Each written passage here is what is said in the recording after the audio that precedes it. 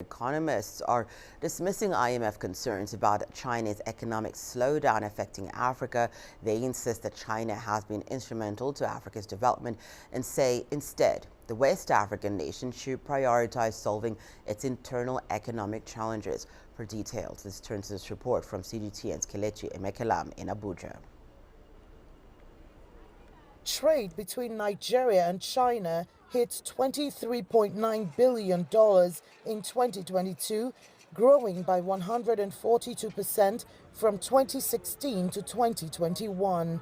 However, the International Monetary Fund, IMF's warning of China's economic slowdown potentially impacting Nigeria and Africa raises questions. IMF is talking based on its current projection about Chinese growth.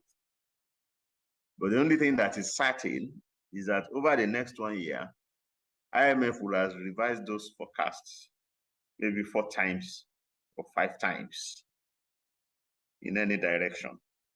So IMF doesn't have any reliable model for forecasting anything. There are challenges with the Chinese economy. Nobody is denying that.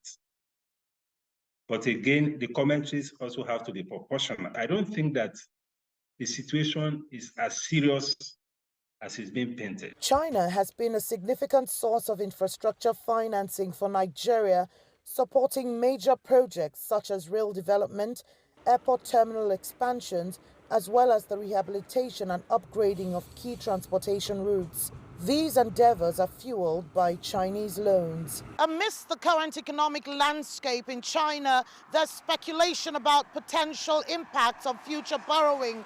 However, experts suggest that any influence on Nigeria's borrowing capacity is likely to be marginal. When you look at the proportion of Chinese debt as a percentage of total Nigeria's external debt, it's less than 10%. Again, the present administration has said that it's going to rely less on borrowing and looking more in terms of getting equity investors into the economy to support some of the projects.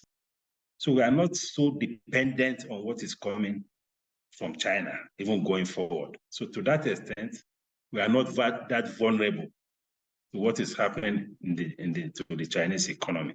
While economists call for a focus on Nigeria's internal economic challenges, including double-digit inflation and a reduced GDP, they stress the need for the nation to revive itself. Nigeria should be more worried about its own internal decline.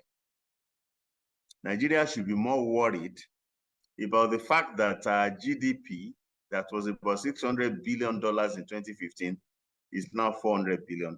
There is nothing that is going to come out of China that would be more important to Nigeria than what could come out of Nigeria.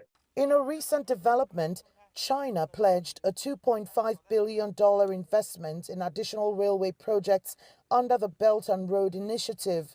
This commitment aligns with China's broader focus on expanding investments across various sectors, notably in Nigeria's electricity and digital economy.